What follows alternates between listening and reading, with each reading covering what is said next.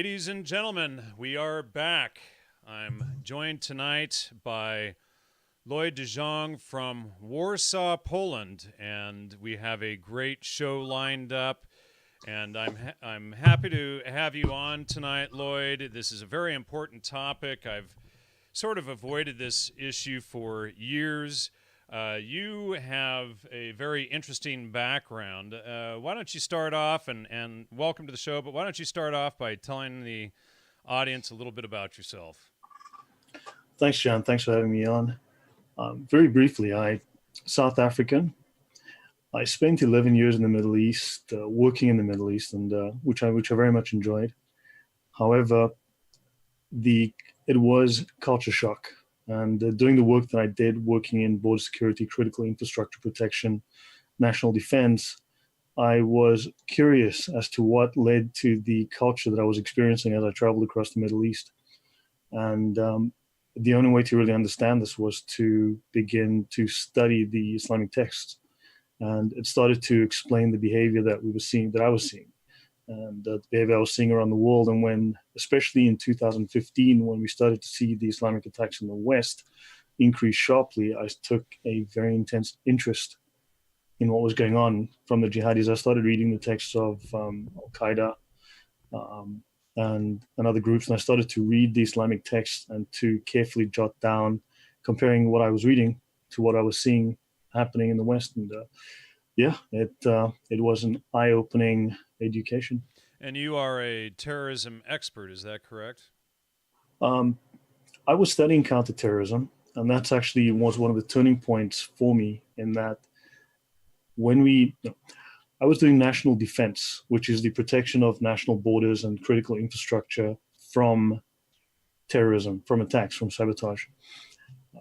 It was while I was doing a counterterrorism course that I learned how terrified the faculty were of talking about Islamic terrorism. We were doing a section on religious terror. We were free to talk about Christian terrorists, we were free to talk about Buddhist terrorists, and when it got to Islamic terror, it the discussion stopped dead. And there were numerous people on the course that were not within the field, let's say. They were simply there, as far as I could see, to cry foul the moment the discussion headed towards Islamic ideology. All right. So, and you were in a class, and when this subject came up, didn't they actually kick you out of the class? Yeah, I we were Because discussing ISIS. you were the actual expert, and they didn't, and none of them were, and they didn't want you to talk about the facts. Correct. At the time, ISIS was heavily featured in the news. I'd come back from Iraq. I'd actually worked in northern Iraq. I'd been close to the ISIS front lines. I was doing some work out there. Um, what happened is that I posted some documents from captured that were captured by troops who'd liberated certain ISIS locations, and these aligned one to one with the standard Sunni Islamic texts. And when I posted these documents, it raised a huge outcry. And let's just say things became very uncomfortable. I was banned from the forum. I was not allowed to speak, and the outcry was raised by housewives, by these were these were people who were doing things like, I don't know, geography and so on, who were not professional in the field, but it raised such a stink that I eventually it was uncomfortable. I couldn't stay. All right. So, and you also lived in Dubai for 11 years, correct? Correct. Okay. And what did you see anything in Dubai going on, or was it peaceful there? Or Dubai is in many ways very liberal, very modern. It is still run according to Islamic lines. The UAE is a great country. There's a lot to recommend. The leaders there are, shall we say, very forward thinking, but the same attitude is not prevalent across the rest, or most of the rest of the Middle East. Oman's a very interesting country, very peaceful. However, Islam and the Sharia still very much prevail. Sharia is the predominant law in the country. So there were certain very clear rules that you did not break. Otherwise, you would see the attitude change very quickly. All right. So, and you have a rare level of expertise, and you're able to demystify a lot of the complexity around Islamic beliefs. Is that correct? And I want to be clear here that we're not here to bash or spin misinformation about Islam. We're here to speak specifically of the facts and the citations that you are an expert of. Certainly, yeah.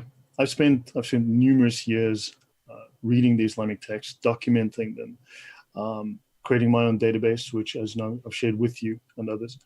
I've spent thousands and thousands of hours debating people online, and purely in an attempt to understand just what is going on. When terrorists shout Allahu Akbar and go on a killing spree, is this Islamic? Is this something that is supported by the foundational texts? So it is the political aspect of what these people are doing and how it impacts us as Westerners, as non-Muslims, that interest me. And you have debated many hundreds of Muslims as well with this information as well, correct? Yes, very much so. And having studied all of this information, you were never swayed to convert to Islam either. No. Quite the contrary. No. If you take few people, well, Islam is a very controversial subject. It is surrounded by emotion. There's not much fact to be found. It's deliberately obfuscated, in fact. But if you take a moment, and people don't really realize the Sharia, Islamic law, can be found in a book. You can get a manual, and the most common, most popular manual is easily available for anyone. And when you read it, when you actually read what is contained in the Sharia, it is one of the most shocking things that you will ever encounter. It's insane. I was shocked by just what Sharia law encompasses. And we're intending this to be a series, not just one episode. Boy, we already have 4 thumbs down. It looks like we're already upsetting some people, and we appreciate all of the others who aren't trolls and aren't suppressing the truth to thumb up this episode as well. We appreciate any help with that, and thank you everybody in the chat for your support. So what we want to do is well, let's talk about the Quran first. What can you tell us about the Quran? And I've read about 2/3 of the Quran, and I started posting some facts one day several months ago, and you stepped in and you corrected me, and I immediately realized that you had far more knowledge than I, and I wasn't about to debate you on this stuff, and that's kind of what led to today. You're kind of the expert on Islam, like I am on MK Ultra. So, let's dive into the Quran itself. Thank you. Look, I understand this is it's a subject that does upset people, but my aim is not to be unkind, merely to be factually correct. So whatever we discuss, these are things that we will point to the necessary references and sources that anyone can look them up themselves and verify what we say is true. So, yep. Yeah, go ahead. Sorry. So to set a foundation, everyone knows of the Quran, and everyone talks about it and discusses it as so this is the ultimate authority within Islam, certainly. However, what most people don't know is that any Muslim who only follows the Quran, who only references it, only lives by it, is considered what's called a Quranist or Quraniyun. Effectively, this person is outside of the mainstream. They're an apostate. And of course, apostasy in Islam is punishable by death. So these people would be on the fringes of Islam. And you'd think that if the Quran holds this level of authority, only that book would be necessary. But the Quran is oddly a very incomplete book. It only contains about 150,000 words. So it's roughly the length of the New Testament. Now, the Bible is a self-contained book. The Quran lacks much of the necessary information. For instance, within the 5 pillars of Islam, if you look at the procedure for the 5 daily prayers, if you're looking for that information in the Quran, you will not find it. It's not there. So most don't know that to understand the Islam, you must not only have the Quran, which is the words of Allah, but also the life of Muhammad. And the life of Muhammad is contained in what's called the Sunnah. Now, the Sunnah is made up of two collections of books. You have the Hadith, and these are a collection of reports that describe the words, the actions, or the habits of Muhammad, essentially what he allowed and what he didn't allow, what he did, what he didn't do, what he recommended, what he didn't recommend, and so on.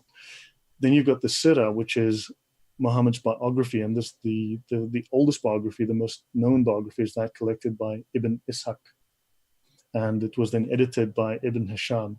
So you've got three books: the Quran, you have the Hadith collections. Now the Hadith are further broken into multiple different collections. You have the Sahih Hadith, which are Bukhari, which is regarded as the most holy, the most authentic and reliable collection of stories and little chapters, little paragraphs about Muhammad and his companions and his actions. And then you have Sahih Muslim. So Sahih Bukhari and Sahih Muslim, they have something like more than 4,000 of these little reports, these paragraph length stories about the traditions and the sayings of Muhammad in these books. You then have a second level of hadith, which are called Hasan, and then you have Da'if, which is weak, and then you have the false ones. Now, you will encounter, if you know about these and start quoting these hadith, that you'll find that, oh no, but those aren't authentic. Well, these are authentic. These are it's compulsory within Islam to believe these and accept these. And the reason you have the first three levels is that it cannot be proven beyond a shadow of a doubt that a weak hadith is false. So it has been accepted. It is part of the canon. Now, it might be regarded as weak, but it is certainly not false. Now, and you will be told by many Muslims who don't like the fact that you're quoting their sources that these are not accepted, these are false, but that is not true. And the refutation of that is within the Sharia. The Sirah is Muhammad's biography, and this essentially contains his, shall we say, his political history, his history of warfare and his political acts. Islam has multiple meanings. While it is a religion, statistically, only about 16% of the content of the Quran is actually related to, shall we say, religious aspects. And the balance is about politics, law, and warfare. So Islam is really a legal system. It is a political system, it is a social system, and a religious system. Because Muhammad was both a religious prophet in his early prophetic career, he was then a political leader, and then he became a military leader. That is how Muhammad progressed. And to be like Muhammad, you have to follow his progression. So the Hadith and the Surah together form what is called the Sunnah, the way or the path of Muhammad, the example of Muhammad. Like in Christianity, you have the Bible and the example of Jesus, the life of Jesus. So you have these books, you have the Quran, which is the word of Allah, the literal eternal word of Allah, and the Hadith and the Sirah, which contain the life of Muhammad. I'll pause there if you have any questions or want any clarifications. Yeah, now we've already had to block two Islamic trolls in there who, before you even said anything, they were calling everything we've said so far as BS, you know. So I've already removed them, but so, you know, what we have to do, folks, is before you start screaming that things are false, listen to what's being said. Of course, we provide the trivium. I know that Islamists study and use the trivium, especially in the mosques, and many of them do not know that the trivium is actually the Holy Trinity, which apparently they're against. But so let's just, you know, continue on here. Sorry, go ahead. Okay, no, I wasn't saying anything. So the Quran has about 150,000 words. The Sirah is just under 300,000 words, about 290,000 words. The Hadith of Bukhari is a bit over 640,000 words, so it's more than 4 times as long as the Quran. The Hadith plus the Sirah is the Sunnah, and the Sunnah plus the Quran are the primary sources that make up Sharia, the Islamic sacred law. So they are the primary sources for Islamic theology and for the Sharia. Now, the Sunnah is the record of the teachings, the deeds, the sayings, and the permissions and disapprovals of Muhammad, as well as reports about his companions. These would be the equivalent of the apostles of Jesus, right? So when they speak of the rightly guided caliphs, these are the first 3 caliphs after Muhammad died who took over Islam and were responsible for its propagation. And Sunnah is defined as the path, the way, a manner of life, which makes Islam a social order as well. It's a civilization that competes with Western civilization. And as you study the sources, it seeks to obliterate it and replace it.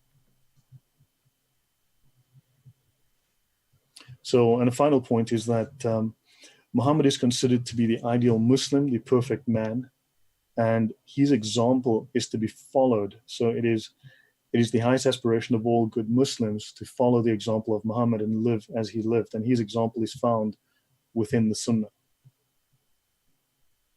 All right. So, okay. So, and then the Sunnah are the records of the teachings, deeds, sayings, permissions, and disapprovals of Muhammad. Do you want to go more into that?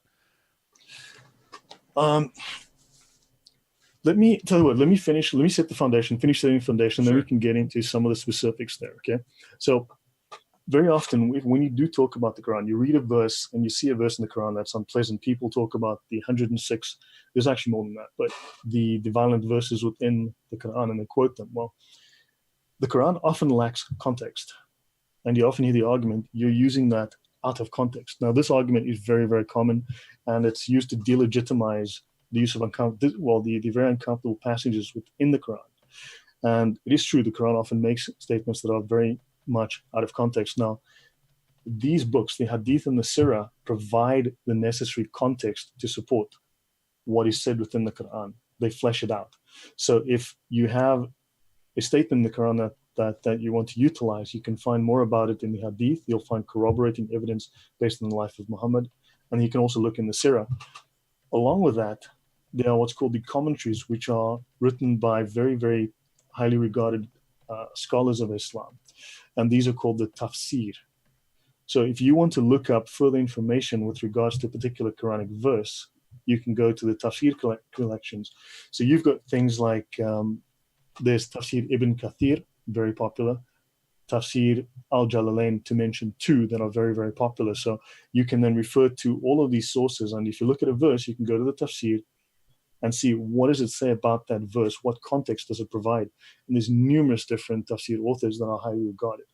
And often you'll find that the tafsir goes into further depth with regards to that. And so when you've got the Hadith, the Sirah, the Tafsir, the Quran, they all merge, and the Sharia on top of that, when you have all of those as sources that link to a particular subject, then it's rock solid. You know that this is what it means. There's no doubt because all of these sources align. Now, somebody in the chat, Bahare, says tafsir basically means exegesis. It means interpretation in the literal Arabic, but yeah, effectively this is that's the equivalent of Christian exegesis, yes. But don't forget, in Christianity, a Christian can read the Bible and come up with his own interpretation. He's allowed to do that, right? Whereas in Islam means submission. So Muslims are not allowed to make up their own interpretations. They are to submit. They're to follow the consensus. The consensus was set about 1,000 years ago.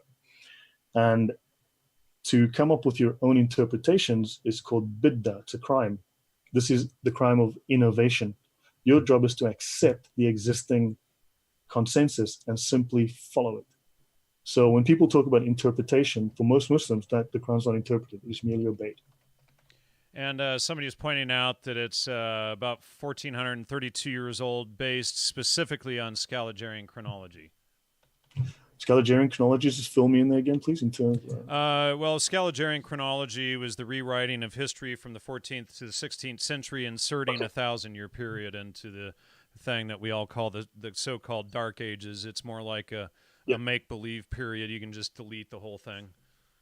Yeah.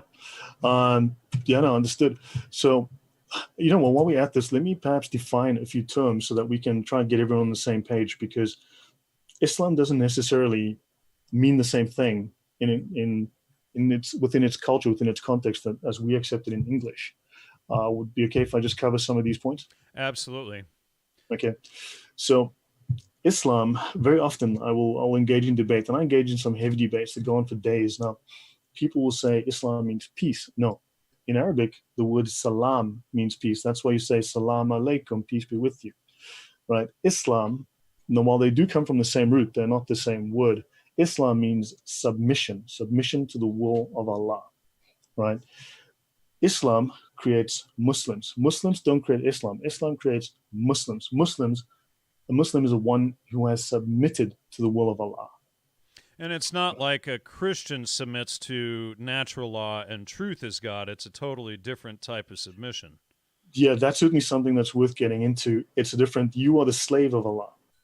For instance, I will discuss this as we go, but in Christianity, you regard God as your father. Whereas in Islam, you are God's slave, literal slave. And in fact, it's blasphemy to review God as your father.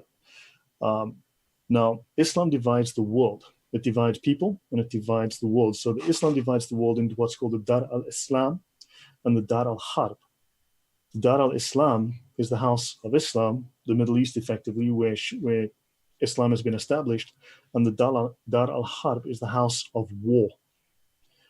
And the house of war is in the process of submitting.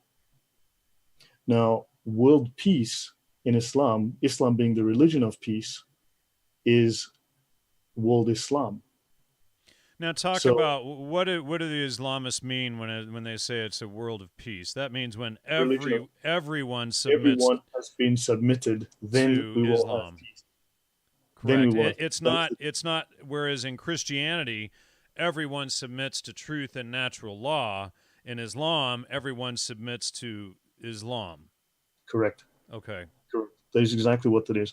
Then you will have what's called the Dar al-Salam, the house of peace, once the entire world has been submitted. And this is not a voluntary submission. You will be submitted.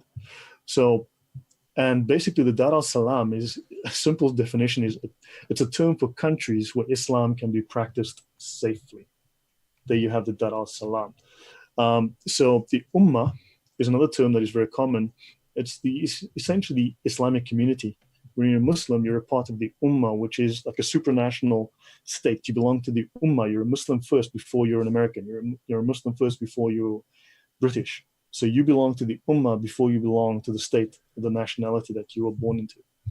Now, Albert Bishai says you have a dark agenda, and even though we're only stating facts specifically out of the books and texts themselves, of course, he doesn't state how you're distorting anything. He's just calling you a Zionist. And you are, in fact, a Christian. You're not a Zionist.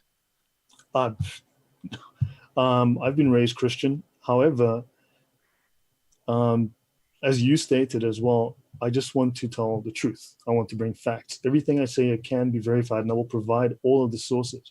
When I go into my debates, I provide all of the sources, all the links, all the references, and these can be provided so that anyone is able to look them up and verify what I'm saying.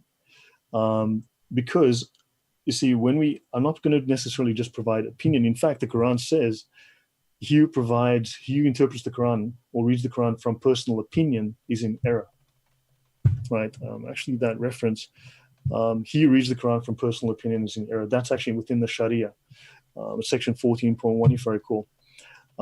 We are going to utilize all of the most authentic, most sound, most trusted sources of Islam to actually understand it, so that we don't simply just use our opinion or the example of some Islamophobe. For instance, I often quote from the most trusted, the biggest Islamic website on the planet, which is Islam QA. And if these people are quoting falsities, then Islam is false.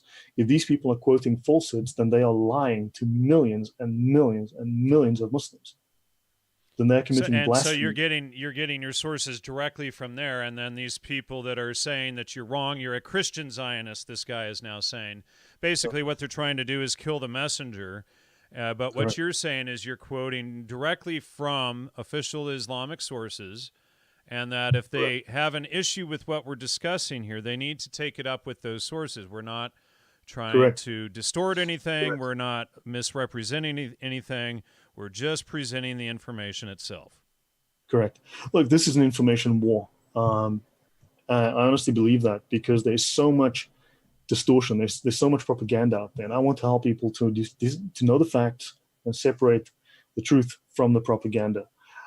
Further, Islam divides people into two categories. You have the Muslims and you have the kafir. Kafir, right, which is what they call us, everybody who is basically an infidel. Correct. And Muslims and kafirs, infidels are supposed to be killed. Yes. Kafirs are not equal to Muslims. Kafirs are not given the same legal status as Muslims. that is, I mean, if you want to give it a modern term, that is true apartheid, because you do not have the same rights under Islam as a Muslim does.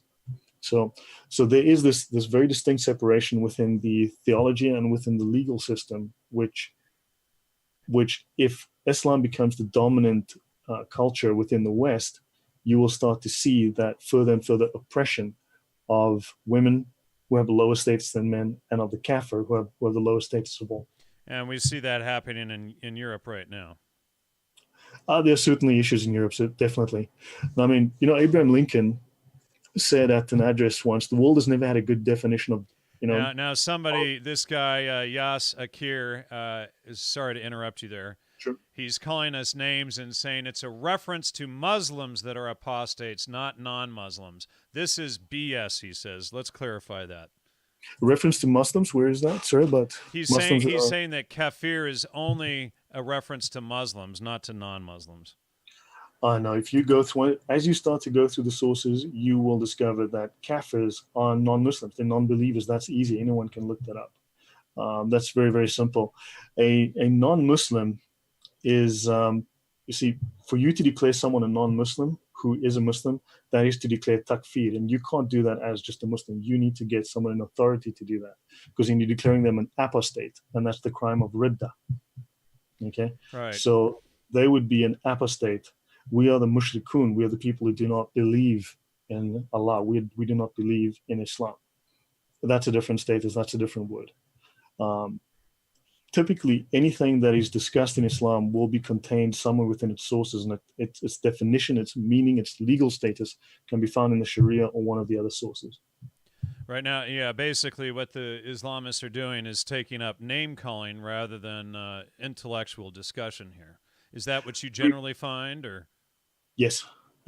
Look, we are not supposed to, as kafir, to discuss the Islamic sources, to reveal their secrets, to discuss their intentions. And it's embarrassing. A lot of this is very embarrassing. It's very awkward. Yeah, And also, it's all name calling. You're a Zionist puppet. You're an a-hole. You're dumb. This is the kind. I'm actually not allowing a lot of this stuff up here, but this person is obviously not interested in hearing what we have to say. They're just interested in name calling. And I'm wondering if they've even studied all of these sources themselves. Very often they haven't. Very, very often they haven't. They'll send you to refer to a scholar. You need to get it from a fellow Muslim, but Muslims are not allowed to do their interpretation. Most of them are simply just, remember, they submit. They're told what to think. They're not told how to think. Right. They're given that. So, well, hopefully that sets a bit of a foundation in terms of the meaning, that how these words mean something different within Islam than they do within the Western context. So it's very important for us to be able to separate. And another point of confusion where people get really, really confused is the idea of moderate Muslims and extremists. Right. So this creates a lot of confusion, and I often get asked to talk about this. This whole thing comes up. Islam is Islam. It's indivisible. It's what it is. Now, people talk about, they provide different definitions, but this is very clearly defined, though, within the Sharia law, within Islamic sacred law. And again, anyone can look this up. We can provide the necessary references. People can look it up and read it for themselves. So we can provide the links. They can go to download the necessary sources, read them themselves. So within Islamic Sharia, there are two forms of Islamic obligation. Obligation within Islam is divided into what's called Fard al-Ain and the Fard al-Kifaya.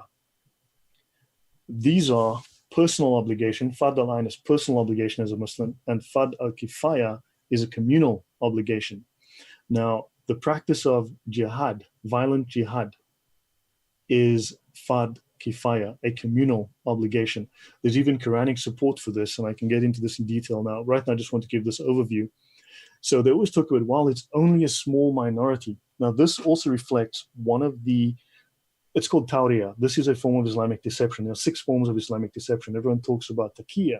Taqiyya is not the only method of Islamic deception. There are 6 forms.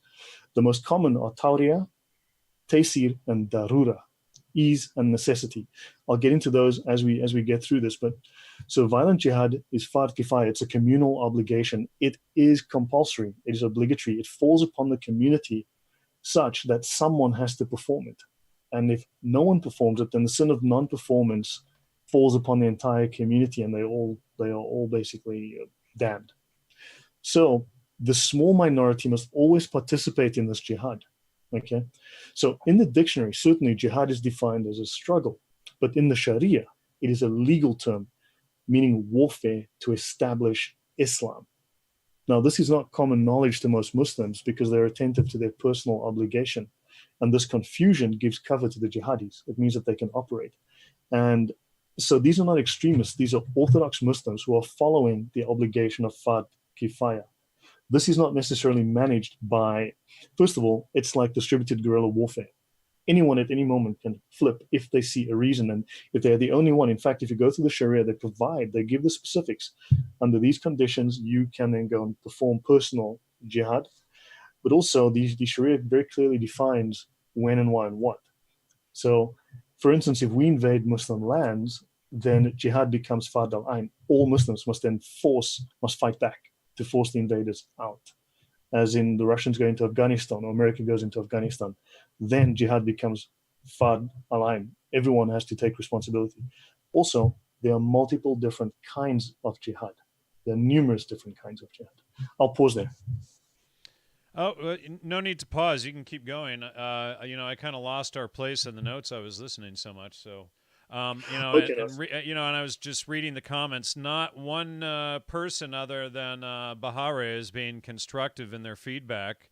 They're name calling and mostly calling you names and calling us Zionists and disinformation, all kinds of stuff. I've removed all of the comments, but there's been about 25 or 30 comments so far, and not one of them other than Bahare being constructive and considerate, And considering that we've taught critical thinking on this show for 9 years, I expect, more from everybody. And we don't see anyone, acting this way when we discuss Christianity or other religions. So, please let's just settle down. If you're not familiar with these subjects, just listen until we cover them. We are going to be providing the direct primary sources for all of this. So, and that's kind of the point of this series is, just because it's contradicting what you've been told to believe or what you've specifically read, doesn't mean that the subjects that we're covering aren't in the official Islamic texts. Actually, let me go to the Sharia, right?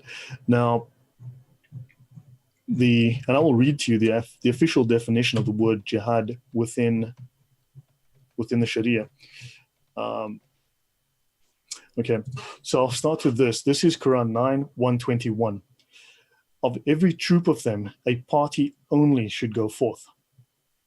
Right? So of every troop, because what happened was Muhammad would conduct numerous raids, and the people who knew the Quran were being killed. And he created a stipulation that not all the warriors who knew the Quran should die. So some should remain behind so that the Quran would be preserved, so that the teaching would be preserved.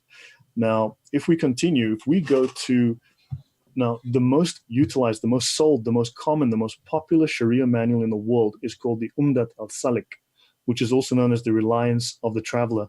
This is the most endorsed, the most highly authorized translation of the Sharia in the world, in the Sunni Islamic world. It is incredibly thorough. It's a very, very highly endorsed book. And I mean, I'm happy to start after this, to provide the sources, necessary links to see how highly this book is regarded. Even Al-Azhar University, you might remember that President Obama back in the day did his speech in Cairo at Al-Azhar University, because that is the oldest and most highly regarded Islamic institution in the world. So Al-Azhar University endorses this book as completely authentic and completely in line with all of the stipulations of Sunni Islam. So jihad, fighting for the cause of Allah, jihad, chapter 9. Jihad means to war against non-Muslims and is etymologically derived from the word mujahada, signifying warfare to establish the religion. The scriptural basis for jihad, prior to scholarly consensus defined in B7, are Quranic verses such as fighting is prescribed for you, Quran 2:216.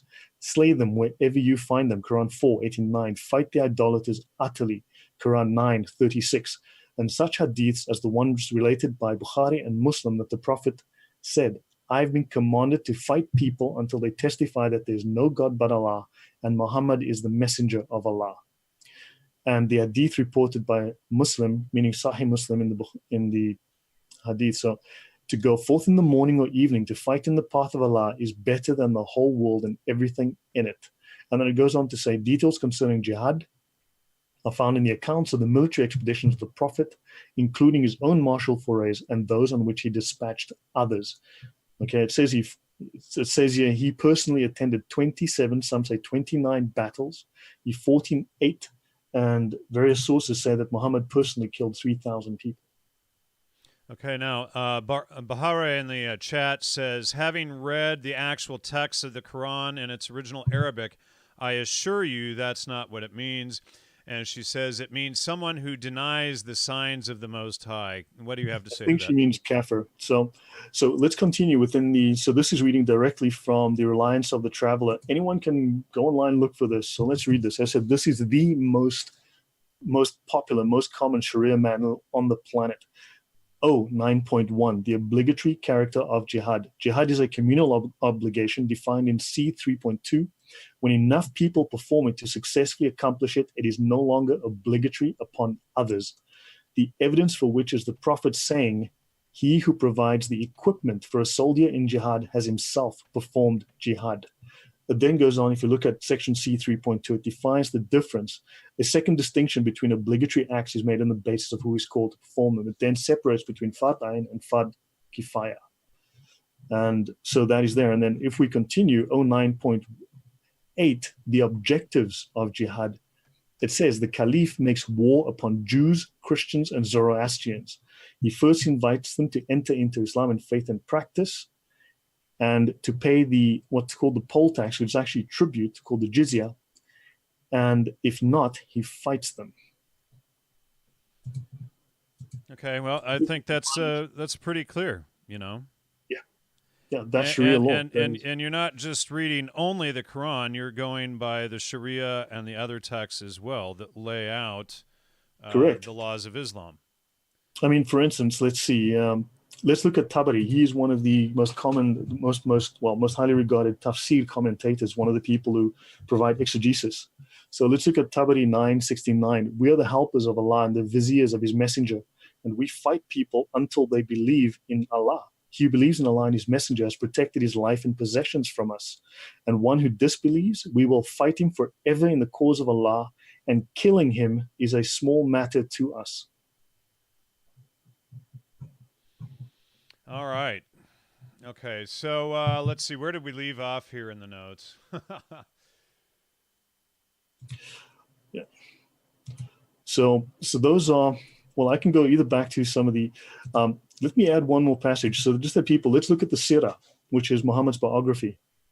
When Allah gave permission to his apostle to fight, the second oath of allegiance at Aqaba contained conditions involving war, which were not in the first act.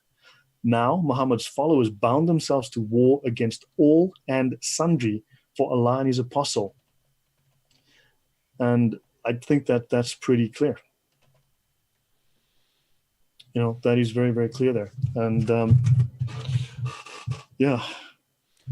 All right. Now, the Hadith and the Sirah equals the Sunnah of Muhammad. Do you want to talk about that? Okay, so Hadith plus Sirah equals the Sunnah. This is the way of Muhammad. So you remember, you've got the book of Allah, and you've got the example of Muhammad. So you have the book, and you have the man, which is Muhammad. Muhammad is regarded as the perfect Muslim. He went through different phases in his life. So thus, Islam is thus revealed in stages. First, he was a religious leader, and not a successful religious leader. When he was in Mecca, he was a prophet for about 12 years, according to the Sirah, and he only converted about 70 people in the first 12 years. And he then, once he became a political and military leader, he then was able to raise the funds he needed and raise the army he needed to make Islam successful. which was enforced by the sword. So anyone who wants to be a good Muslim would follow the Sunnah of Muhammad, and this was his progression from peace to violence. Now, if you look at the Bible, it goes from the Old Testament to the New Testament, from more violent to peaceful in the example of Jesus. But if you look at the Quran, it is completely the opposite, from more peaceful to more violent. And what people don't realize is the Quran is not arranged in chronological order. It is arranged by length of chapter. It starts with the correct. And like I said, I've read a lot of it, and I know that I wish I had brought my Quran downstairs, but I'll make sure I do that for the next episode. Let's go back to some of what I was discussing. So, for instance, let's see. So people talk about out of context. Let's have a look. I mean, let's actually have a look at this. So we can then look at, say, Quran 434. You know, let me just interrupt you there, Lloyd. If you want to share screen there, you can do that, and you can show some of these texts on screen if you'd like. How do I share my screen? Just click the share button? Yeah, well, if you hover over in the middle of the bottom, there's a green button that says share, and then just share whichever monitor you're using if you want to do it that way. Different ones all the time. So let me see if this is... Okay, this one should do it. And hit share. Okay, so this is my browser. Okay, let us have a look here. We can use the Quran, chapter 434, a very controversial chapter because this discusses the beating of women.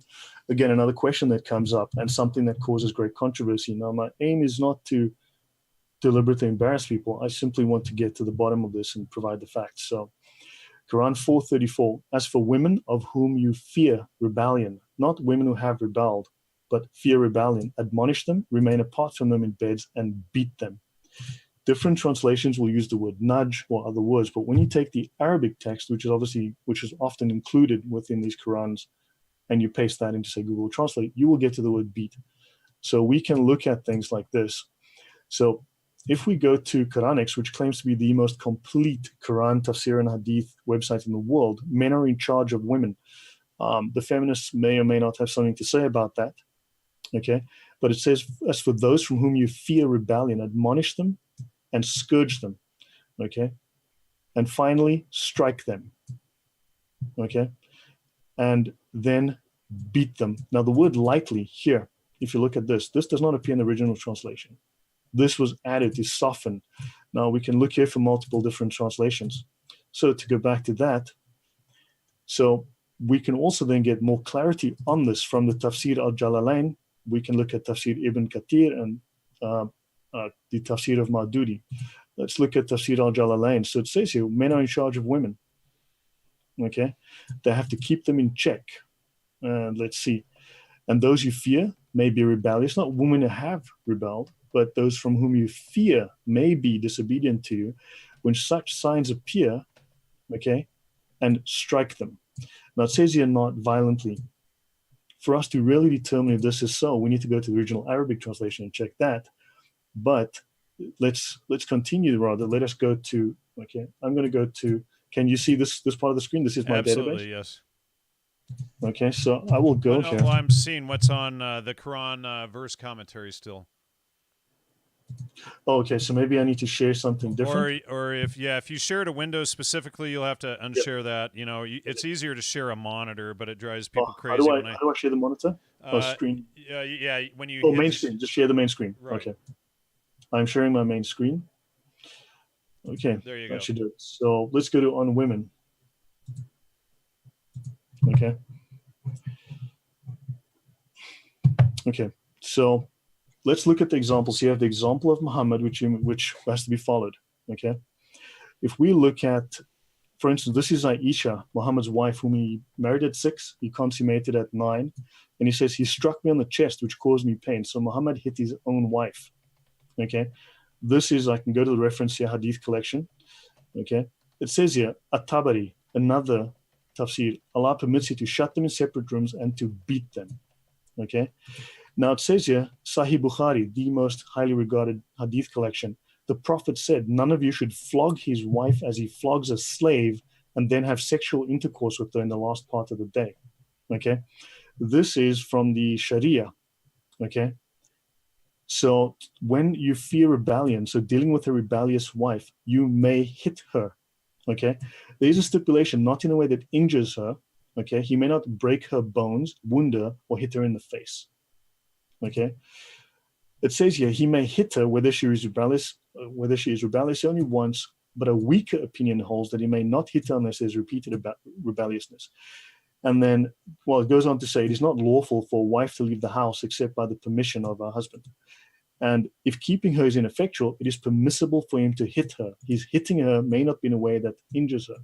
Now, that we can't assume that everyone who interprets the Quran is necessarily a genius or a scholar or knows all of these details, or someone who's angry and is willing to hit women is able to control himself and not hit her in such a way that doesn't break her bones or doesn't hit her in the face.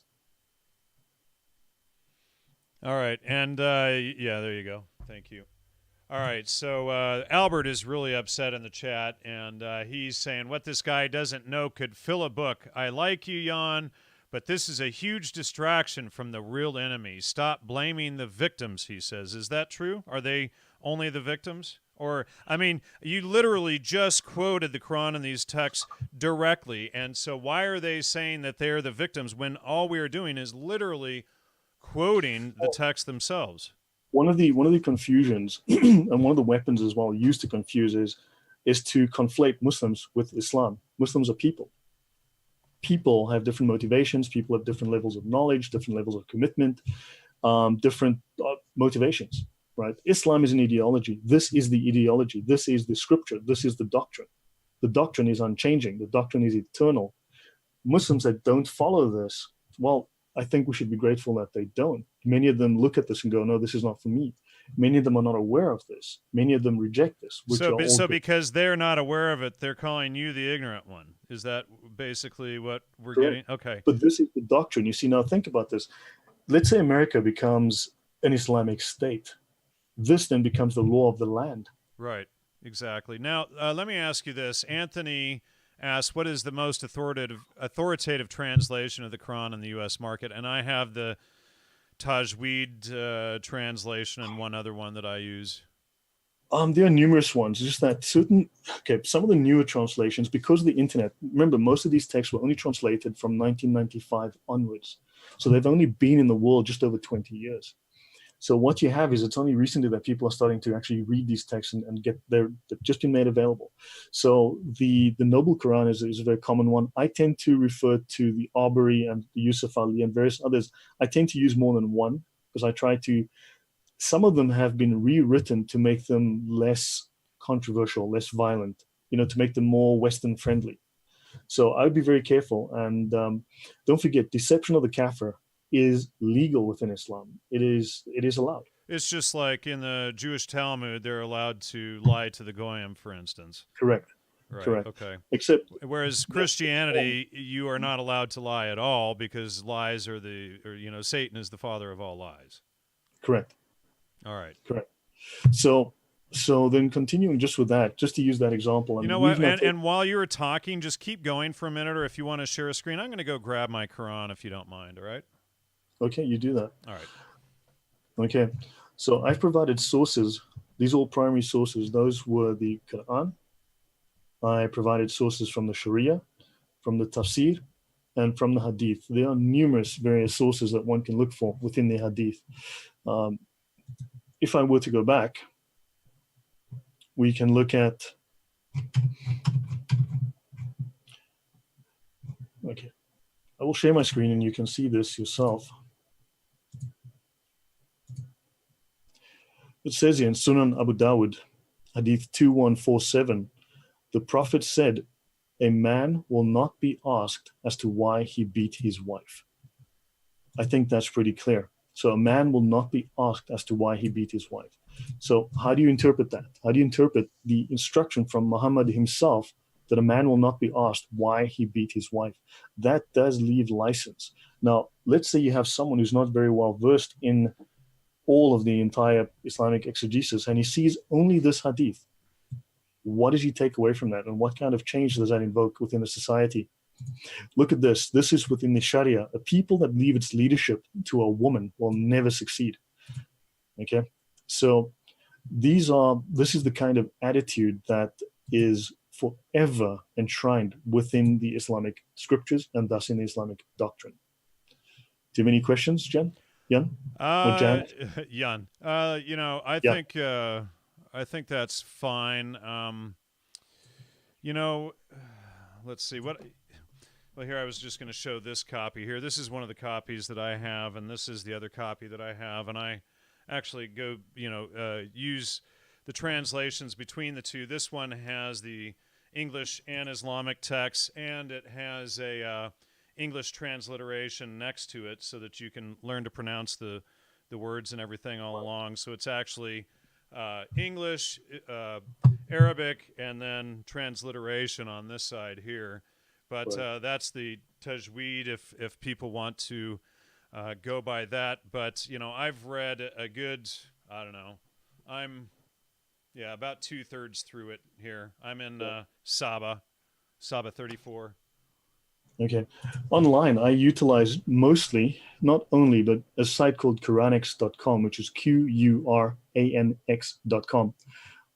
They claim to be the most complete. And as far as I can tell, they are a very, very thorough website. They have about 19 different translations of the Quran. They have numerous hadith, numerous tafsir, and various other resources. So they are very, very useful. But hopefully that shows you that within the Quran, within the hadith, within the Sharia, and within the tafsir, there are clear indications that it is illegal within Islam for a man to beat his wife. That is not within doubt. All of these sources line up. And I mean, there are more sources. That's not every one that exists, but certainly I think I've given a sampling that shows that this is not an accident. And Muhammad says a man will not be asked why he beat his wife. Yeah, just watch the desk because that comes through there. Okay, so to move on then. Okay, so if we look at the passages about Allah within the Quran are only about 14% statistically of the total content. The remaining 86% of the Quran is about Muhammad. So Allah only makes up 14% of the book itself. So the bulk of it is really just about Muhammad. But then oddly, Muhammad's only mentioned 4 times in the Quran, and Jesus is mentioned 15 times. Isn't it 24 times? It may be, but so I mean, my aim is not to get into the theology.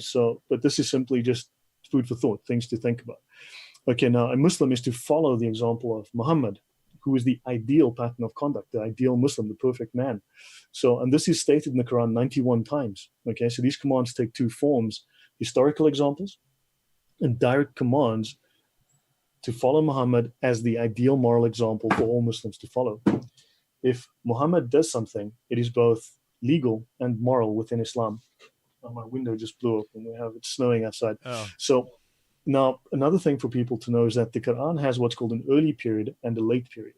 Okay, these are often referred to as the Meccan Quran and the Medinan Quran, and these two have wildly contradictory verses. So Muslims will often, and they know these, and they honestly believe that this is all there is, and they often weren't told by the imams that there's more to it, but they get given these good verses, these happy verses. It's called abrogation. Is that what we're getting into? But now we have what's called nasik wal mansuk. Okay, the abrogating and the abrogated. This again is covered within the Sharia. Right, now remember, the Sharia is law for eternity, for all time. It can never be changed. So it is very easy to find deeply contradictory verses within the Quran. And the law of abrogation, or the principle of abrogation of the doctrine, tells us that a chronologically later verse is theologically better than an older one. So what is newer erases, cancels, replaces older verses. Right?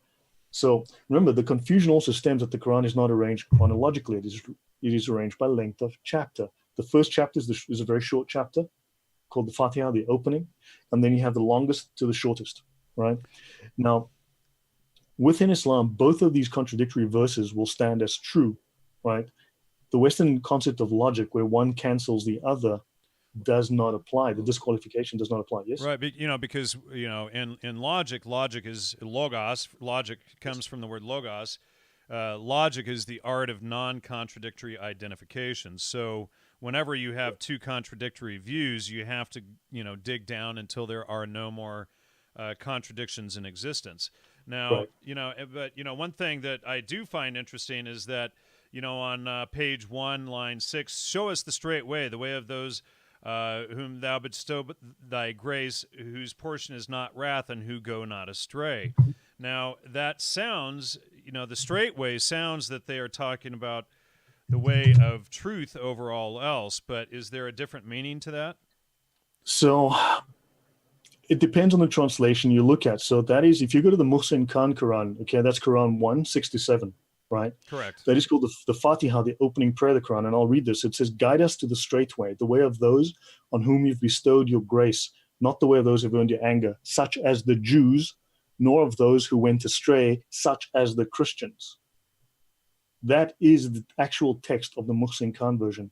And then there's other texts that say that the Jews and Christians are okay, but then there's later texts that abrogate or that refute that, correct? Muhammad wanted to be regarded as a prophet in the Abrahamic line, and he was not accepted by either the Jews or the Christians. Remember, in the first 18 months of Islam, he used to pray towards Jerusalem. And then when the Jews refused to accept him as a prophet, he rejected them. He hated them. He turned violent on them. And he then started praying towards Mecca. All right. And again, keep in mind, folks, that in Christianity specifically, a prophet is the person who lives most in truth. Right. So to continue with this idea of abrogation, so Nasik wal Mansuk, the abrogating and the abrogated. So both verses stand. So it depends, where are we within Islam? Where am I currently? So depending on the condition or the need, I can present one verse, and depending if I'm in a different situation, I follow the other verse. So both of these are true, and they're both utilized as appropriate, as long as it benefits the Muslim or Islam. Right? So Islam is it's got a dualism, it's got a duality to it that most of us don't understand, that we don't realize is there. We assume we see it with Western eyes. We don't see it from the perspective of the culture within Islam. And for instance, in Quran 2:106, we've got, and for whatever verse we abrogate or cast into oblivion, we bring a better or the like of it. Knowest thou not that God is powerful, or Allah is powerful over everything? And when we substitute a verse, Quran 16:101, and when we substitute a verse in place of a verse, they say, you, O Muhammad, and people were doubting this, are but an inventor of lies, but most of them do not know. So there was already doubt as to how the message was changing over time. This is regarded theologically as Islam is revealed over time, depending on where you are. So following Muhammad's example, there's 91 verses that say, follow the example of Muhammad. In this situation, he did this. In that situation, he did something else. Well, so we can, there's no consistency there. There's no single absolute rule of behavior. Okay, now somebody is saying you are mixing truth with falsehood. What do you have to say to that? I am simply quoting straight out of the Islamic books. These are the most authoritative books. I mean, you can go to Quranex.com. You can check everything I've said. Quran 16:101, Quran 2:106, and you can download a copy of the Sharia, and you can absolutely read that for yourself. It's discussed within the Sharia as well. If I go to my notes on abrogation, let's have a look. So I didn't write this. I'm simply reading it. Okay. And why don't you show this on screen? And this guy, Lars Bendixson, is saying, check out Sahid Lipman. I don't know who that is. So you can go to various Islamic websites. Now, if we go to islamreview.com, which talks about the doctrine of abrogation. Now, I don't own this website. I didn't write the articles on this website. It's, again, one of the bigger, best known, most common articles on the subject. Now, is this Muslim a racist and Islamophobe for writing this? I'm simply quoting what they're saying. Now, you can look at the verse in which, three kinds of abrogation, verses in which both the wording and application were abrogated. I'll skip on that. Let's look at the reliance, O22.1. To become a qadi, or an Islamic judge, you have to know those nasik which supersede previously revealed Quranic verses. An Islamic judge has to know which verses have been abrogated and those mansuk. So the nasik, the abrogating, and the mansuk, the abrogated. So it is a necessity to become an Islamic judge to be able to tell which is which. Okay. And then it also says here, explain the Quran by personal opinion. Okay, whoever speaks of the book of Allah from his own opinion is in error. So if you want, and the generality of prohibition also entails that whoever does not know which verses abrogate others and which are abrogated, that is in the Sharia. That is the ultimate law of Allah. This is the abrogation is irrevocable. It's for all time. And Thomas von Klutzeben says, you have to know Lloyd personally to know he's a straight shooter. He does his homework, people, so you better listen. Well, thank you. I do appreciate that. I mean, these things, so and we can go into... let's kill your share screen so we can see you there. Certainly. We're seeing your desktop. I can go into further references. We can go into the tafsir. We can go into other sources that say the very same thing. So when multiple of these Islamic sources all corroborate exactly the same thing, that is the situation. I mean, now, and I want to point out, it's like you have the official version of the psychedelic counterculture in the 60s and all of that, and then you have all of the documentation and evidence that I've exposed that 100% contradicts all of that and exposes that. And, so what you're showing is the primary citations and everything that people can follow up and study for themselves. We're showing them on screen. So, and simply for a woman is saying he's just reading what others have written, not always true what people write. What do you have to say to that? I mean, you just read right out of the, what it requires to be a judge, et cetera. That's not your interpretation. That is simply what, look, poetry is interpreted. Okay. The law is followed, right? Rules are followed. That's a very clear instruction. I mean, that whole idea of, you're interpreting that, no, Muslims are not allowed to do any interpretation. They simply have to obey what is written. That is the Islamic consensus. That is the law. That is Sharia. Now, I've provided multiple proofs, and I have more that I could add. And in fact, if I had to dig further, I could probably find significantly more. Another thing is that people claim the Quran is completely, now this is a completely different subject, but let's maybe not go there. I was talking about the verse we discussed earlier about the goat or the sheep. But we can skip that. Let me go to something else, rather. Let me just continue with...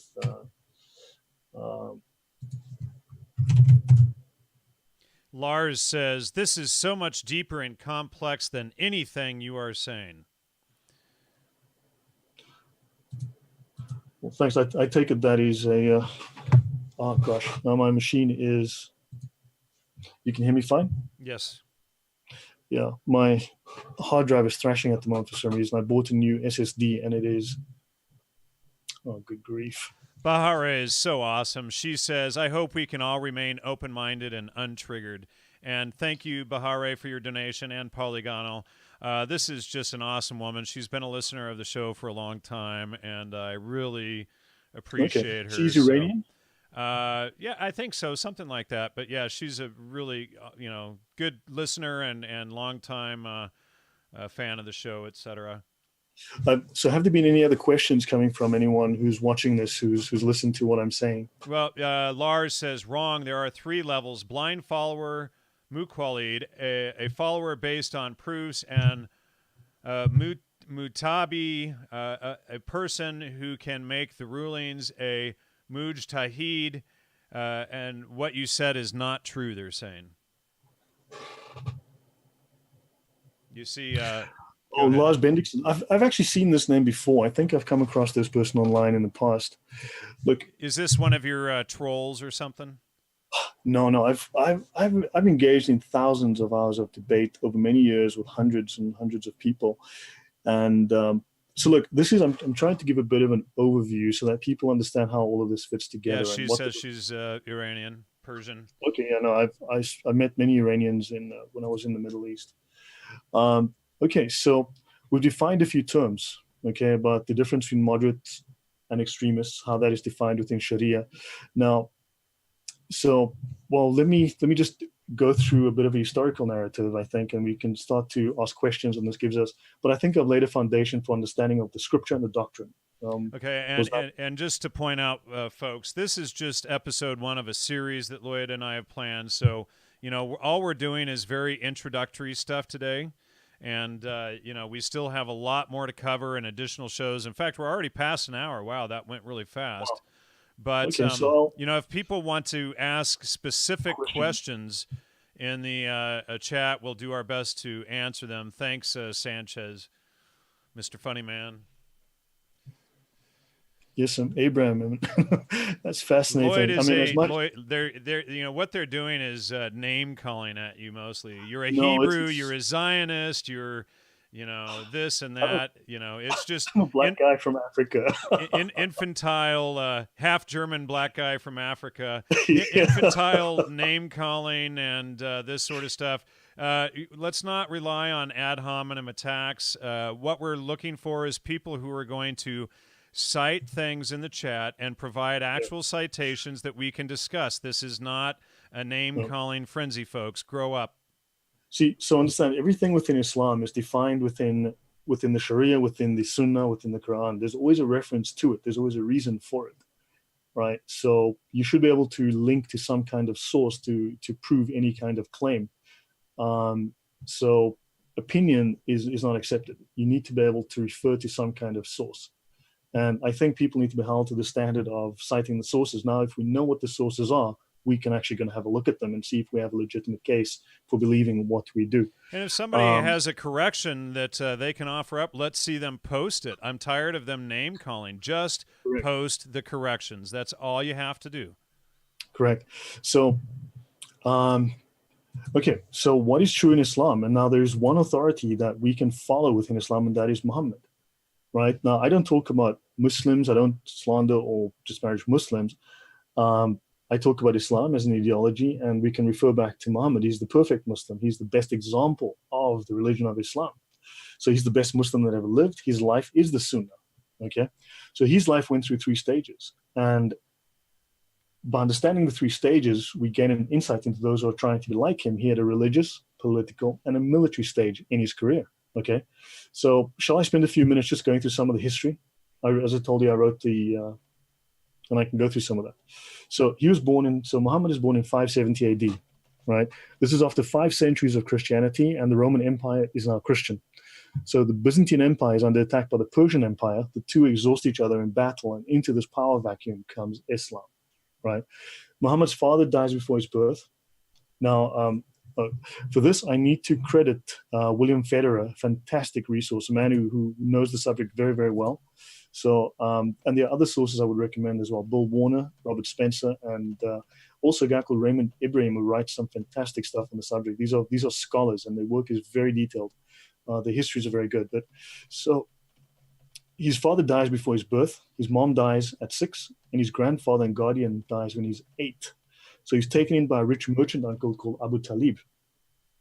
And this merchant uncle takes him on camel rides throughout Arabia. And remember, Arabia was Christian, pagan, and Jewish at that time. Okay, Arabia had 360 pagan religions. Okay, these were Canaanite fertility gods, generally, or variations of those, and also they were indulged in rock worship. The pagan Arabs indulged in rock worship. Now, the most popular god, like the rock idols, let's not go there. So the most popular god would be the Allah for the town. Now, the word al, from my research as I've looked at it, it's a reference to the Jewish word or the Hebrew word el, which is for God. Okay, and La, for instance, would be the name, the noun, the name of that god. But the Allah for that town. So Huwal, the moon god, was the Allah for the large city of Mecca, then called Yathrib, if I recall. So their calendar began with the first sighting of the crescent moon over the desert, and Muhammad incorporated this into his religion. Okay, Zoroastrians, again, who were also fighting the Christians at the time, believed that paradise was filled with virgins that would fulfill all your desires. This was incorporated, as was the belief in jinns or genies. The term genius originally meant not someone who was smart, but someone who was followed by a spirit, a genie, who gave him all the answers. The Arabian Jewish community had oral traditions that he also incorporated, because according to the Quran, the Hadith, and the Sirah, he was illiterate. Okay, so the Quran was not written down as a book until well after his death, and the Arabic verses had a rhyme to them which allowed easier memorization. So the story is he was in a cave in 610 AD praying when a spirit squeezed him and told him to recite. This happened numerous times, and apparently the result of this was he was terrified He attempted suicide. He became suicidal, and he believed he was possessed. This is going to be a very rough guide. So now the Christian gospel was known to Muhammad through apocryphal and heretical sources. One of those, for instance, being the infant gospel of Thomas. Now, he was illiterate and he learned all these stories without having read them or having written them down. So he believed that the Holy Trinity was the Father, Mary, and Jesus. And most Muslims today also believe that that is the Christian conception of the Trinity, the Father, Mary, and Jesus, right? Not the Holy Ghost. He was unaware of that. He was unaware of the Holy Spirit. So many Muslims today believe this, that we worship Mary, the Father, and Jesus. Now, within Arabia, where Muhammad traveled and lived, there were numerous heretical sects. Now, to mention four of them: Arianism. Jesus was mostly man, but a little bit God. There was Nestorianism, where it was believed Jesus was mostly God and a little bit man. Then we had Docetism. Jesus was completely God. And then there was Ebionism, where Jesus was completely man. And this is the conception of the Quranic Jesus, the Islamic Jesus. So he was married to his first wife, Khadija. When he was 25, she was 40, and he was married by her cousin, who was an Ebionite priest. And Muhammad learned this heretical Christian interpretation from this man. I believe his name is Waraka. So he was part of a sect that Jesus was just a man. Okay, so he's excited about this new religion. He goes to Mecca to preach, and he makes 70 converts in 12 years. He hangs around the Kaaba. He's very frustrated. He becomes confrontational. He begins insulting the pagans. He tells them they're all going to burn in hell. And when his rich uncle dies, the Meccans decide enough. And they say that Muhammad is a disturber of the peace. And they chase him out of town. He goes to a town called Taif. I've actually been to that. I've actually been there. So in Taif, they reject him. They pelt him with rocks. And he's now a refugee. So he then flees to the Jewish town of Medina, who let him in as an immigrant. Does this sound familiar? Oh, sure it does. So the Hijra, this is called the Hijri, the immigration. The Hijra calendar, the Islamic calendar, this is year one of the Islamic calendar. This event is so important, so critical within Islam, that this becomes the first year of the Islamic calendar, when Muhammad immigrated. Okay, immigration is a form of jihad within Islam. It is one of the forms of jihad. Someone who dies during immigration, during hijrah, is guaranteed heaven. So he then organizes a following amongst those who have grievances with the Jewish government in Medina and those who feel victimized, right? He pressures the Jews into making political accommodations. So this is part of the Sunnah of Muhammad. You make political accommodations once you have the ability to enforce this. He's now a political and a religious leader. His followers in Mecca, they start disturbing the peace by being confrontational, the example of Muhammad. They too are thrown out of Mecca and they become refugees. They go to Medina, okay, where he allows them to rob Meccan caravans in retaliation for being thrown out of town. So now contrast this with the example of Jesus. If they take your coat, give them your shirt. Muhammad robbed people for perceived slight. So if you look at Quran 8.8, Surah 8, verse 8, is about distributing booty from caravans. Muhammad receives 20% of all booty taken from these caravans. He then conducts, according to the Sirah, 66 or more raids and battles in his next phase as a successful military leader until his death. During the siege of Taif, he's using catapults, and he learns that there are women and children amongst those that are being killed during the bombardment. His reply is, they are from them. In other words, continue. It's reported in the authority of Sab Jantama that the Prophet of Allah, when asked about the women and children of the polytheists being killed during the night raid, said they are from them. Sahih Muslim 4322. And also Sahih Bukhari 52-256. So now one could argue, and I have notes here, that, for instance, you'll often be told in debates and that, he wouldn't kill women and children, but the example of Muhammad very distinctly shows that he did. He murdered numerous women and children. Okay, I can go into detail here, but I'll skip that just for brevity's sake. We can always go back into that in the future. And I want to ask you a question too when you're done. Sure. No, go on. No, I'll stop you. You ask a question. Well, I wanted to ask if in the Islamic world, if they understand the concept that Jesus is Logos or truth incarnate. No, Jesus in Islam is a man. He's not divine. In fact, it is blasphemy to consider him divine. It is blasphemy to consider him the son of God, because God is Tawhid. God is one, unitary, single. You'll see people having this sign, like ISIS and other Islamic. It's a typical Islamic symbol. I believe in the one God. the unified God, not just the one God, but the unified God who has no partners. The supreme crime, the supreme sin in Islam is shirk. Shirk comes from the Arabic, basically means sharing, where you assign partners to God. That is the one unforgivable sin that will never let you into heaven, into the Islamic paradise. And we are polytheists in that we worship three gods. Understand, that is their conception, as I discussed earlier. So we are doomed to hell unless we convert to Islam. So, and so Jesus is not considered, he's considered a prophet of Allah. He's not considered divine, although the Quran does make reference to his virgin birth and to other qualities of his that Muhammad doesn't emulate. So that's a bit of a weird contradiction there. Okay, so in 627 AD, Mecca is suffering due to the raids on the caravans, okay, by Muhammad's followers. And of course, the money he's making obviously enables them. So a coalition of 10,000 soldiers are sent to Medina. So it turns out Muhammad's a brilliant military leader. He's creative, he's unconventional, he's unpredictable. He doesn't operate by the rules of warfare common at the time. Now, so Muhammad digs these potholes, which prevents the cavalry of the enemy from entering and attacking the city, right? And ultimately, after a very cold week during winter, the remaining troops, they lose heart, the siege ends, they go home. This reprieve emboldens Muhammad, okay? He then decides he's going to take over the city, and he gets offended by the first Jewish tribe, whoops his followers into a frenzy, attacks the neighborhood, chases the Jews out, claims their property. Repeat and repeat. With the third tribe, now he had treaties in place, and he establishes now precedence on a practice called hudna. Essentially, make treaties when weak, and when you are strong, disregard and violate those treaties. Okay, so now if you look at Quran 9.1, freedom from all obligations is declared from Allah and his messenger to those of the mushrikun, the polytheists, pagans, idolaters, and disbelievers, with whom you made a treaty. Quran, chapter 9 of the Quran is the final chapter, the final complete chapter of the Quran, which was written not long before Muhammad died. And it also, so it essentially abrogates all preceding Quranic verses and Quranic chapters. So he barricades the third Jewish tribe for 25 days. And when they surrender, he beheads all the males from the age of 12. So anyone who shows signs of pubic hair, he kills. Now, story goes he beheaded up to 700 people himself, but he sells the women and children into slavery. Within 5 years of entering Medina as a refugee, he has chased out, killed, or enslaved all the Jews that were in the city.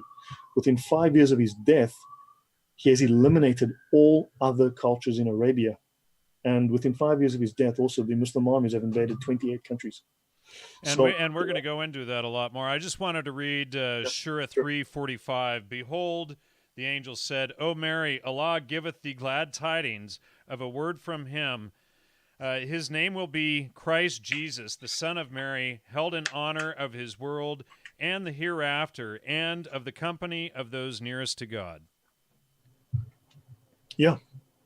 But it is blasphemy to believe in Jesus, because Islam denies the Trinity, denies the divinity of Christ, denies his death, denies his resurrection. Which is odd when they use mosques. A friend of mine went to a mosque, and they immediately, he asked them about the trivium, and they started discussing it, but they didn't realize that the trivium's relationship to the Holy Trinity, which is about seeking truth, which Christians understand truth as God.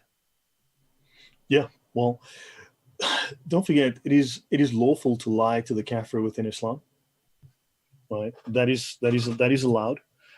People know about taqiyya, but there are 6 different forms, and also these allow Muslims to live a life that is not necessarily Islamic for the sake of getting along or allaying suspicion. So, do you have any questions? Are there any questions in the chat that can be maybe answered? Let's see. There's lots of hyperbole and name calling. Let's see. Bahare and one other person offering some good stuff. I wish they would post up more citations. Lars, before we do next week's show, I'm going to ask you to do actual study and bring up real points and offer real citations so that this is so that we have a valid conversation and not just He You says know, that we believe Jesus is a prophet. Okay, they say we believe in Jesus, but it is the Quranic Jesus, not the Christian Jesus. Because Islam completely rejects the Christian conception of Jesus. right. And I've seen that, you know, and repeatedly in the Quran, and I may have it flagged here. I'd have to go through. I have one We highlighted can. and one flagged, but they say that, you know, they totally reject the idea of the Holy Trinity, like you've already said. Well, if you look at, let's take the Diyanet, which is the religious authority in Turkey. That's the Religious Council of Turkey. That's their official religious body. They officially reject and do not recognize Christianity or Judaism as legitimate, and they use Quran 2:140 as their source. Or do you say that Abraham and Ishmael and Isaac and Jacob and the descendants were Jews or Christians? Say, are you more knowing, or is Allah? It is completely contrary to facts to claim that the prophets were Jewish or Christian. According to them, they were all Islamic. Yeah, you know, and Bahare points out, well, Islam does not, and you've already mentioned this, Islam does not reject the Immaculate Conception. As I said, he gained his knowledge of Christianity from heretical sources, right? Right. And not from, shall we say, from Orthodox Christian sources.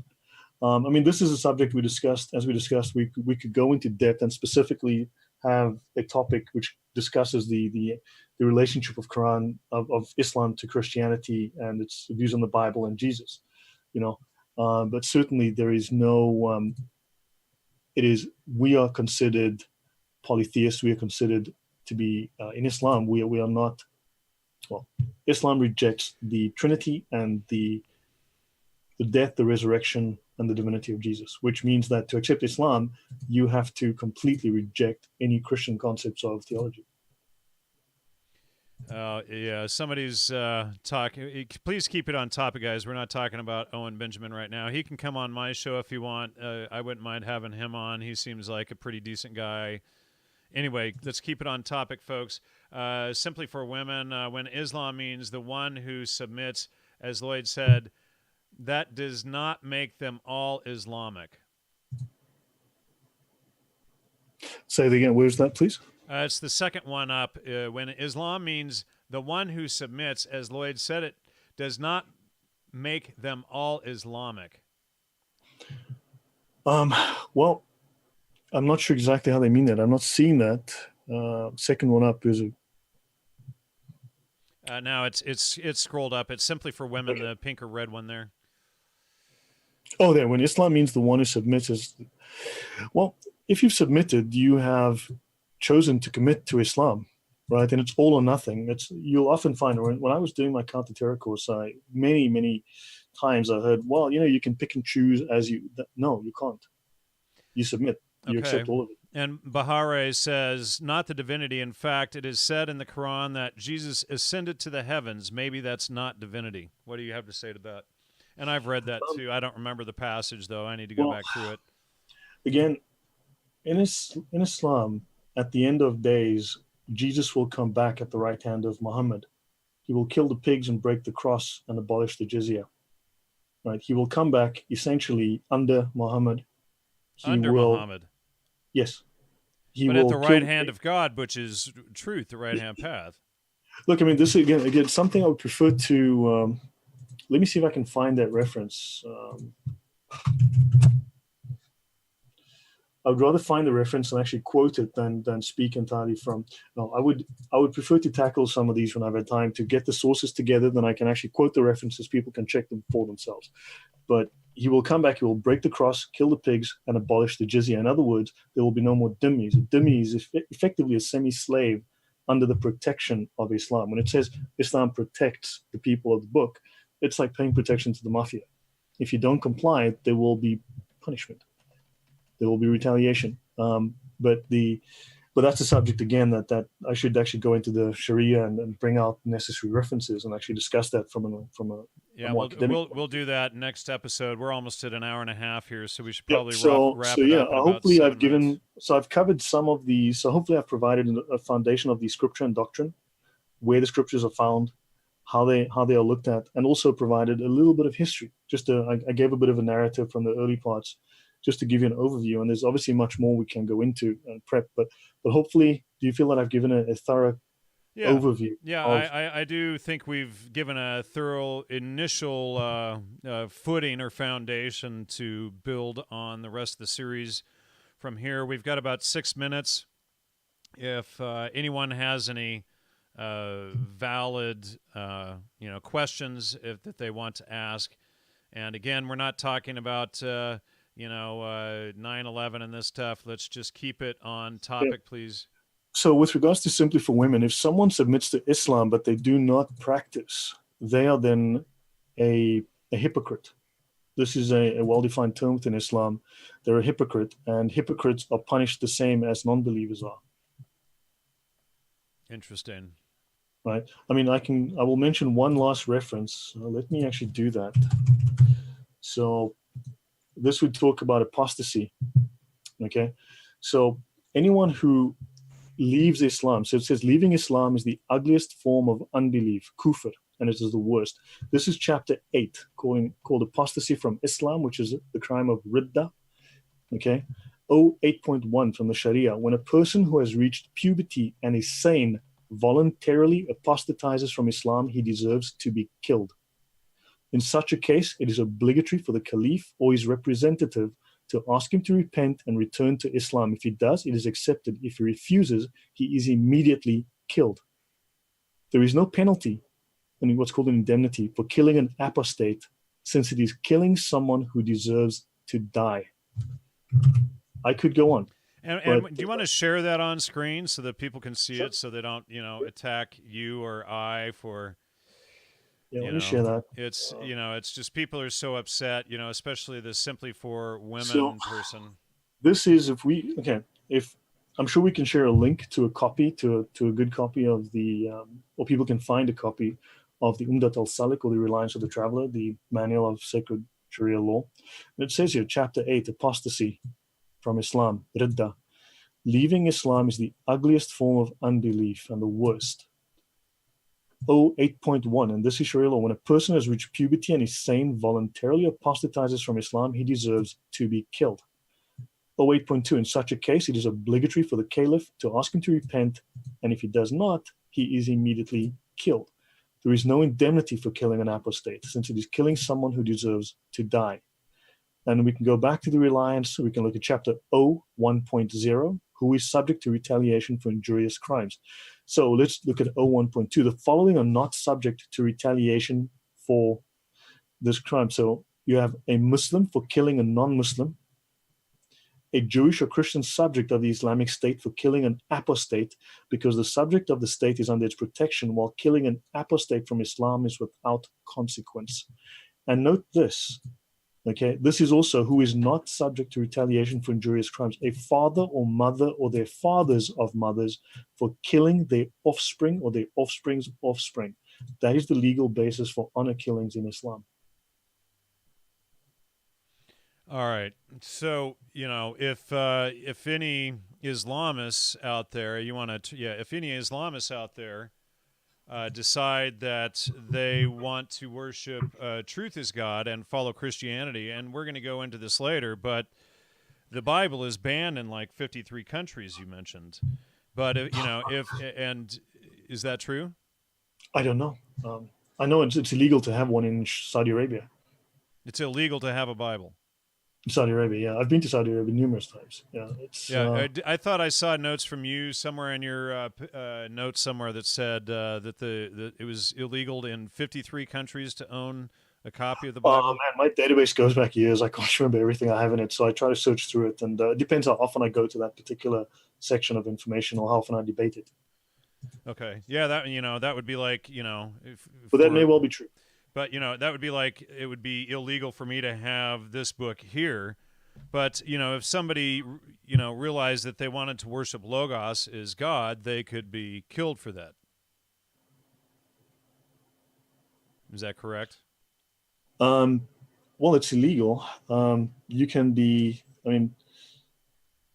so if someone wants to worship Logos in certain Islamic countries, yeah, it's illegal. There are penalties, there are punishments. For instance, Saudi Arabia only recently, and we're talking in the last 2 months, started to allow home church services. So the first time in its history, it's allowing home church services. And that was, I think, in November they allowed that. Now, all of these people, we keep asking them for specific citations how any of this is wrong, and they haven't provided anything yet. And somebody with an Arabic name here says, your face has absolutely no light because of all the falsehood you have said about Islam. May Allah guide you and heal your heart. I get that a lot. That's fine. I appreciate that. Look, temper tantrum, or tamper tantrum. Okay, bad spelling. Verse 256 of Al-Baqarah includes there's no compulsion in religion. Now, I mean, that's a partial quote, first of all. Secondly, there's no compulsion. This was when Muhammad was weak. He was a religious leader. He had no army, he had no money, he had no insufficient supporters. And that's part of the Meccan Quran. In the Medinan Quran, that is all abrogated. So the law of abrogation takes precedence. And now, a contradiction is always a liar and error, folks. And why are there contradictory citations within these texts themselves? So if we take the time, I can show, and I have them listed in my database, my knowledge base, of numerous cases where Muhammad forces people to convert with the threat of death if they do not. And this is by Muhammad himself. So he says that, and that is true. But he also says something totally contradictory, and that's also true. But the contradictory portion where it abrogates is more true. All right, and we should probably follow up with that in another episode. I appreciate your time, and I appreciate everybody's comments. And please, folks, please, I'm going to say this for the last time, bring valid citations to the next episode of this series, and let's have a real conversation about these things. If you can show strong evidence in how Lloyd is in error on anything, just provide it, and then we will correct it. But so far, not one of you has provided anything that is substantiated in what you've shared. And I find that, sad and dishonest, and I hope that all of you can do better.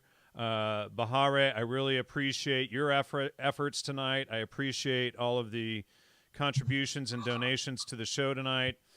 Please, let's keep it straight. Let's keep it to the truth. That's what we're interested in. Lloyd, I appreciate your time tonight.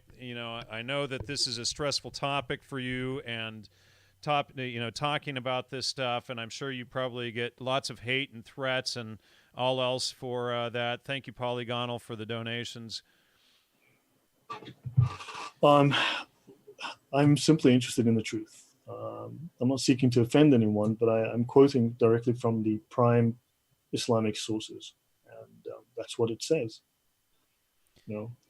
I think you should realize what it is and be able to make up their minds with the facts. Right, exactly. And just please, folks, do what I've asked here, and let's do better next time. Let's do better next week with your counter arguments. I don't want to see any more name calling and empty accusations. We're not 3 years old here. We're all grown ups. You can do better. And again, thank you everyone for your support. And we'll see you next week at the same bat time, same bat channel. And see you then. Good night, everyone. Thank you. Good night.